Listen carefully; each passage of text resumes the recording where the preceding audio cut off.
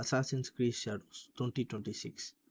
ஆக்சுவலாக இந்த கேம் வந்து ஒரு வருஷம் ஆச்சு. 2025 மார்ச் மாதம் இந்த கேமை ரிலீஸ் பண்ணாங்க. இப்போ 2026 மார்ச்சு. இந்த கேமில் வந்து ஏகப்பட்ட அப்டேட்ஸ் விட்டாங்க இந்த ஒரு வருஷம். பார்க்கோருக்கே 3 அப்டேட் விட்ருக்காங்க. ப்ளஸ் ஆர்பிஜி அசாசின்ஸ் கிரீட்லேயே இதுக்கு தான் ஃபஸ்ட்டு மேனுவல் ஜம்ப் அப்டேட்டும் விட்ருக்காங்க. இந்த கேம் ஏகப்பட்ட கான்ட்ரவர்சி அப்புறம் வந்துச்சு. ஆனாலும் இந்த கேம் விளையாடுறதுக்கு ஒர்த் இல்லையா, அதை பற்றி தான் இந்த ரிவ்யூவே. என்னை பொறுத்த வரைக்கும் இந்த கேம் ஒரு நல்ல கேம் தான். அது ஏன்ட்டு நம்ம ரிவ்யூலேயே பார்ப்போம், ஒரு செக்மெண்ட்டாக. ஓப்பன் வேர்ல்டு யூபிசாஃப்ட் ஃபியூடல் ஜப்பானை கிட்டத்தட்ட செதுக்கி வச்சுருக்காங்க. ஏன்னா பயங்கரமாக இருக்கும் இந்த ஓப்பன் வேர்ல்டு. பார்க்கவே ரொம்ப கார்ஜியஸாக இருக்கும். இந்த கேம் வந்து என்ன கேட்டிங்கன்னா ஒரு மேக்ஸ் செட்டிங்கில் வச்சு விளையாட சொல்லுவேன். ஏன்னா செம்ம அழகான கேமு உண்மையாக சொல்லணும்னா. ப்ளஸ் என்பிசிஸ் கூட நிறைய இடத்துல நிறைய விஷயங்கள் பண்ணிகிட்டு இருப்பாங்க. இப்போ ஷ்ரைன் கிட்ட போனீங்கன்னா அவங்க கல்ச்சருக்கு ஏற்ற மாதிரி சில ஆக்டிவிட்டீஸ்லாம் பண்ணிகிட்டு இருப்பாங்க. அது மட்டும் இல்லாமல் நார்மலாக பீச் சைட்லாம் போனீங்கன்னா ஃபிஷ்ஷிங் பண்ணிகிட்டு இருப்பாங்க. சில்ட்ரன்ஸ்லாம் அங்கங்கே விளையாடிட்டு இருப்பாங்க. ஏன் சில டைம் நீங்கள் திடீர்னு ஒரு ரேண்டமாக ஒரு வீட்டுக்குள்ளே போனீங்கன்னா அங்கே பெருக்கிட்டு கூட இருப்பாங்க. ஸோ ஆனால் அவங்க கூட நம்மளால இன்ட்ராக்ட் பண்ண முடியாது.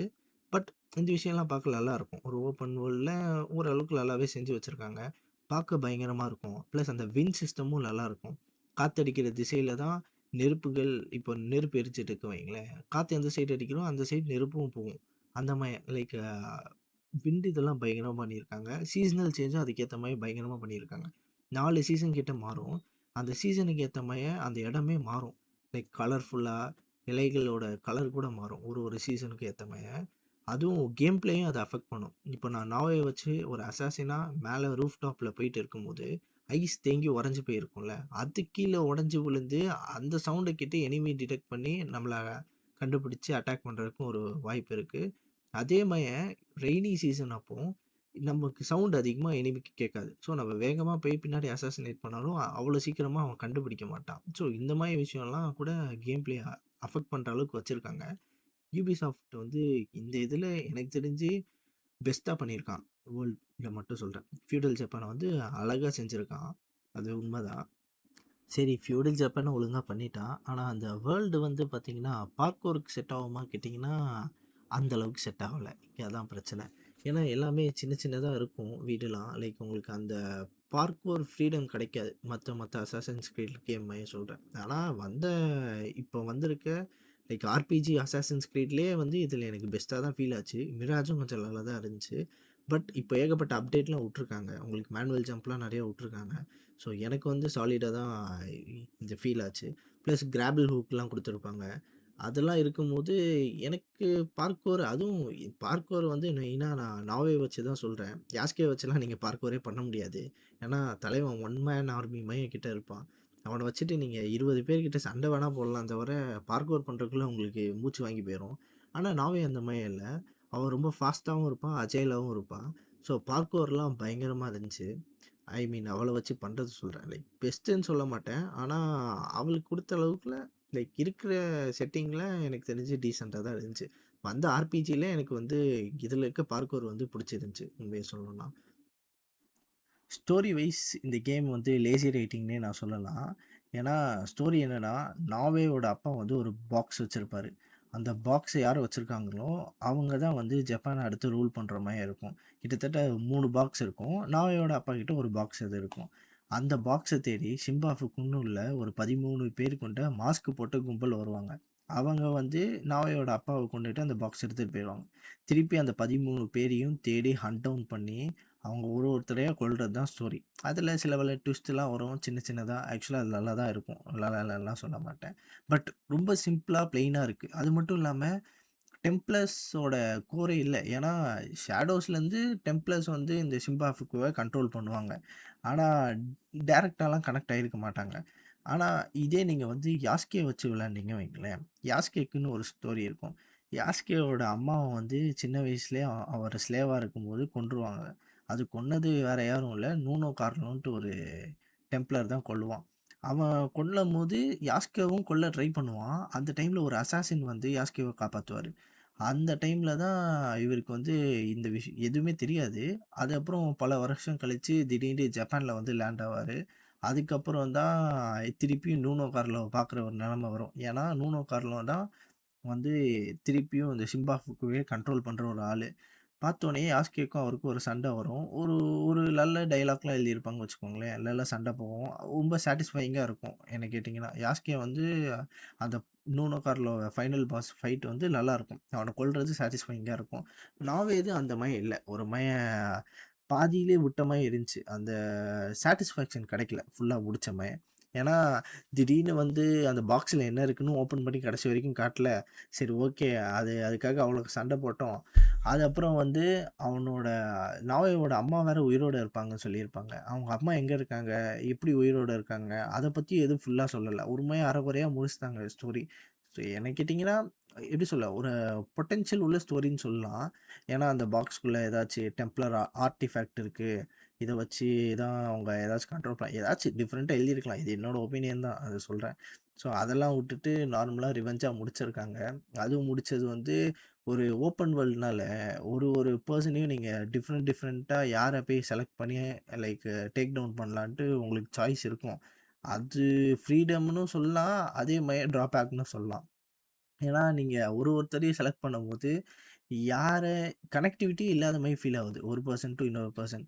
அது மட்டும் இல்லாம, இப்போ எப்படி சொல்ல? கனெக்ஷன் மட்டும் ஃபீல் அந்த ஒரு ஒரு பெர்சனுமே அவங்களுக்கு ஏத்த பவரு, லைக் ரிசோர்ஸ் அதுக்காக தான் சிம்பா கூட இருப்பாங்க. அவங்களே ஒரு எப்படி சொல்ல? ஒரு எதுக்கு இருக்காங்கன்னே அவங்களுக்கே ஃபுல்லாலாம் தெரியல. ஸோ அப்படி பார்க்கும்போது ஸ்டோரி வந்து ஒரு சுமாரான ஸ்டோரி தான் நான் சொல்லுவேன். லைக் நாட் பேட் பட் வந்து ஒரு அசாசின்ஸ் கிரீடு அந்த டெம்ப்ளர்ஸோட கனெக்ட் ஆகாததுனால எனக்கு வந்து லைக் ஒரு பெஸ்ட் ஸ்டோரியாலாம் நான் சொல்ல மாட்டேன். ஆனா ஸ்டாண்ட் அலோனா பார்த்தீங்கன்னா நல்லா தான் இருந்துச்சு சொல்லுவேன். ஏன்னா அவங்க ஒரு ஒரு கான்வர்சேஷன் போகும்போது ஒருத்தங்களும் ஒரு ஒரு பர்ப்பஸ்க்காக பண்ணிருப்பாங்க. அது ஆக்சுவலா கொஞ்சம் நல்லா தான் இருந்துச்சு. பட் என்ன கேட்டீங்கன்னா ஒரு ஓகே. ஒரு டீசென்ட்டான ஸ்டோரி அவ்வளோதான். Voice acting. யாஸ்கே கேரக்டர் வந்து எமோஷன் கன்வே பண்ண விதம் எல்லாமே நல்லா இருந்துச்சு. அது குறையே சொல்ல முடியாது. அவரு நல்லாவே பெர்ஃபார்மன்ஸ் நல்லா பண்ணியிருந்தாரு சொல்லலாம். அதே மாரி நாவே கேரக்டருக்கு வந்து அத சொல்ல முடியாது. ஏன்னா பாதி இடத்துல வந்து ஏதோ பேப்பர் பார்த்து படிக்கிற மாரி தான் படிச்சிருந்தாங்க. சில இடத்துல வந்து நல்லாவே எமோஷன் கன்வே ஆச்சு. லைக் ப்ரொலாகா இருக்கட்டும். அதுக்கப்புறம் அந்த 13 பேரையும் டேக் டவுன் பண்ற ஒரு ஒரு கட்சின்லயும் நல்லாவே பண்ணியிருந்தாங்க. ஆனா அத தவிர்த்து சில சின்ன சின்ன இடத்துலலாம் லைக் எமோஷனே ஃபீல் ஆகல. அதான் லைக் ஒரு பெரிய ட்ராபேக் சொல்லலாம். ஆனா அது எனக்கு ஒண்ணும் பெருசா தெரியல. பட் இருந்தாலும் அது ஒரு வகையில ட்ராபேக் தான். அதே மாரி அனிமேஷன் குவாலிட்டி. அது சொல்லும்போது, இப்ப நான் உங்களுக்கு ஒரு சீன காமிக்கிறேன். அத பாருங்க.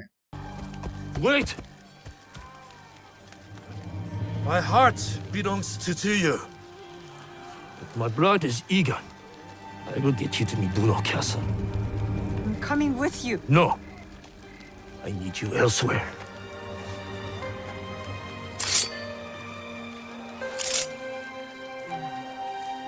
Run to the Kufu, the mountain. The door will open. To this blade is a key. What? Inside the coffin is a box. Protect it with your life. Stewie! You said you wanted help. Now's the time. Cannot let Sendayu stand alone. Show me.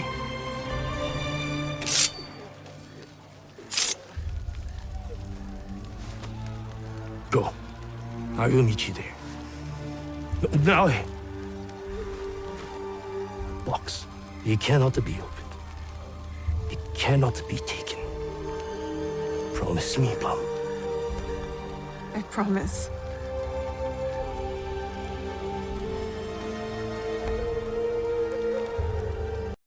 நல்லா இருந்துச்சா? இப்போ இத பாருங்க. You want a meal monster? Come and get it!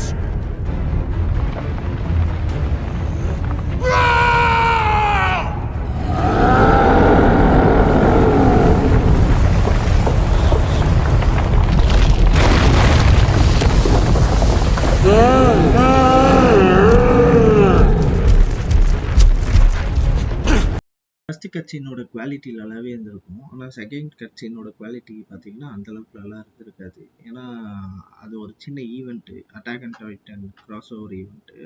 But இதே மாரி தான் நெறைய இடத்துல எனக்கு ஃபீல் ஆச்சு. இந்த சைடு குவெஸ்ட்லலாம் வந்து பார்க்கும்போது, அந்த அளவுக்கு கட்சின் குவாலிட்டி உங்களுக்கு தெரியாது. லைக் இது இவ்வளோ நல்லா இருந்துச்சு பிரம்மாண்டமா. அதே மாரி எல்லா இடத்துலயும் கொண்டு போலாம். ஆனா, அவங்க அந்த அளவுக்கு எஃபோர்ட் போடல.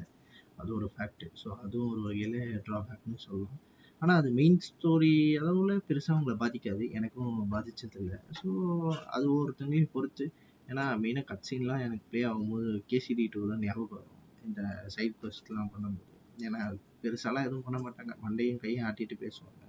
ஸோ அது என்ன பொறுத்தவரைக்கும் பெரிய ட்ராபேக்லாம் கிடையாது. ஆனா சில பேருக்கு வந்து அது ட்ராபேக்கா ஃபீல் ஆச்சு. இது வந்து காம்பேட்டு. காம்பேட் இந்த கேம்ல வந்து எனக்கு சாலிடா ஃபீல் ஆச்சு. ஏன்னா மிராஜ்லலாம் வந்து பார்த்தீங்கன்னா, ரொம்ப பேசிக்கா இருக்கும். அத கம்பேர் பண்ணும்போது இது எவ்வளவோ பரவால்ல. வெப்பன் வெரைட்டியும் நெறையா இருக்கு. லைக் அதே மாரி யாஸ்கே வச்சு ஆடும்போது உங்களுக்கு அந்த பவர் டிஃபரன்ஸும் தெரியும். 2 கேரக்டருக்கும் உள்ள அந்த பவர் டிஃபரன்ஸையும் நல்லா காமிச்சிருந்தாங்க. எனக்கு பர்சனலா அது புடிச்சிருந்துச்சு. ஏன்னா நாவே வந்து நான் ஸ்டெல்த்துக்கு மட்டும் தான் யூஸ் பண்ணுவேன். அதே மாரி ஸ்டெல்த் பத்தி சொன்னோம். இந்த கேம் எனக்கு தெரிஞ்சு இந்த ஃபிரான்சைஸ்லயே பெஸ்ட் ஸ்டெல்த்னா இதுதான் சொல்லுவேன். ஏன்னா ஏகப்பட்ட விஷயம் இருக்கும். லைக் இப்போ ஸ்டெல்த் பண்றதுக்குன்னே நெறையா இருக்கும். ஒரு ஒரு கேசல்குள்ள போனீங்கன்னு வைங்களேன், அங்க ஒரு பாக்ஸ் இருக்கும். அதுல ஹைட் பண்ணிட்டு அசாசினேட் பண்ணலாம். இல்ல மேல சீலிங்ல அது கிராபிள் ஹூக்க போட்டு மேல போயிட்டு லைக் எனிமிய லூர் பண்ணி அப்புறம் அசாசினேட் பண்ணலாம். ஸோ அந்த மாரி ஸ்டெல்த்துக்கு நெறைய ஆப்ஷன் இருந்துச்சு. பிளஸ் அந்த ஷேடோஸுக்குன்னு பேருக்கு ஏத்த மாரி ஷேடோல இருந்து லைக் எனிமி கண்ணே தெரியாது. நம்ம ஷேடோல இருக்கலாம். அவன் பக்கத்துல வந்து பார்த்தா தான் நம்ம கண்டுபிடிப்பான். அதே மாரி ஏஐயுமே பெட்டரா பண்ணியிருந்தாங்க. நீங்க ஒரு இடத்துலயும் வந்து ஏஐயால டிடெக்ட் ஆயி எனிமி கிட்ட டிடெக்ட் ஆயிட்டு அது வந்து லைக் அன்ஃபேரா இருக்குன்னு சொல்லவே முடியாது. அது எல்லாமே பெர்ஃபெக்ட்டா பண்ணியிருந்தாங்க. அது அந்த விஷயத்துல இது வந்து ஒரு பெரிய பாசிட்டிவ் பாயிண்ட்னே சொல்லலாம். ஓவராலா இந்த கேம் வந்து ஒரு நல்ல கேம் தான். இந்த கேம நான் கிட்டத்தட்ட 2 தடவ ஆடியிருக்கேன். எனக்கு வந்து performance wise, game play wise இந்த கேம் உண்மையிலேயே ரொம்ப பிடிச்சிருக்கு. ஸ்டெல்த் வைஸ் நான் பெஸ்ட்டுன்னே சொல்லுவேன். அதுவும் ப்ரோன் பண்ணிட்டு நெறைய புதுசா பண்ணியிருக்காங்க. ஆக்சுவலா நல்லா இருக்கு. அதே மாரி ஸ்டோரி வைஸ் லைட்டா லைக் எனக்கு வந்து அந்த அளவுக்கு சாட்டிஸ்ஃபைங்கா ஆவல. நாவே ஸ்டோரி இன்னும் பெட்டரா காமிச்சிருக்கலாம் தான் ஃபீல் ஆச்சு. அதுக்கு நான் ஃபர்ஸ்ட்டுலாம் நான் எதுவுமே சொல்ல மாட்டேன். அதுவும் நல்லா தான் இருந்துச்சு. பட் இன்னும் பொட்டன்ஷியல் இருந்த மாரி எனக்கு ஃபீல் ஆச்சு. மத்தபடி வேற எதுவுமே ட்ராபேக்ஸ் கிடையாது. அது மட்டும் இல்லாம சில இடத்துலலாம் நாவேவோட லைக் மெடிடேட் பண்ற மாரி இருக்கும். அது பண்ணீங்கன்னா உங்களுக்கு மாஸ்டரி பாயிண்ட் கெயின் ஆகும். அது பண்ணும்போது நாவேவோட ஃபாஸ்டிங் போற மாரி வச்சிருப்பாங்க. கிட்டத்தட்ட அது ஆனா ஒரு 27 தடவ கிட்ட அத பண்ணுவீங்க. 6 தடவ தான் அவ ஃபாஸ்டிங் போவா. அதெல்லாம் அவ எப்படி இருந்தா? லைக் இந்த அவங்க அப்பா அவ கொல்றதுக்கு முன்னாடி அவ லைஃப் எப்படி இருந்துச்சு? அத காட்டுற விஷயம்லாம் நல்லாவே பண்ணியிருந்தாங்க. ஸோ என்ன கேட்டீங்கன்னா இது ஒரு நல்ல கேம் தான். சாலிடா என்ன கேட்டீங்கன்னா ஒரு 8 அவுட் ஆஃப் 10 குடுப்பேன். ஆனா எல்லாரோட ஒப்பீனியனும் சேஞ்ச் ஆகும். பட் ஓவராலா இந்த ஹேட் எல்லாம் தவிர்த்துட்டு பார்த்தீங்கன்னா, இது ஒரு டீசென்ட்டான கேம். ஒரு நல்ல கேம். டீசென்ட் கூட சொல்ல மாட்டேன். ஒரு குட் கேம். நீங்க ட்ரை பண்ணி பாருங்க. அதுவும் ஃபுல் செட் மேக்ஸ் செட்டிங்ஸ்ல கிராபிக்ஸ்லாம் வச்சு பாருங்க. நல்லாவே இருக்கும். ஒரு நல்ல எக்ஸ்பீரியன்ஸ் தான். அவ்வளோதான் கைஸ். பாய்.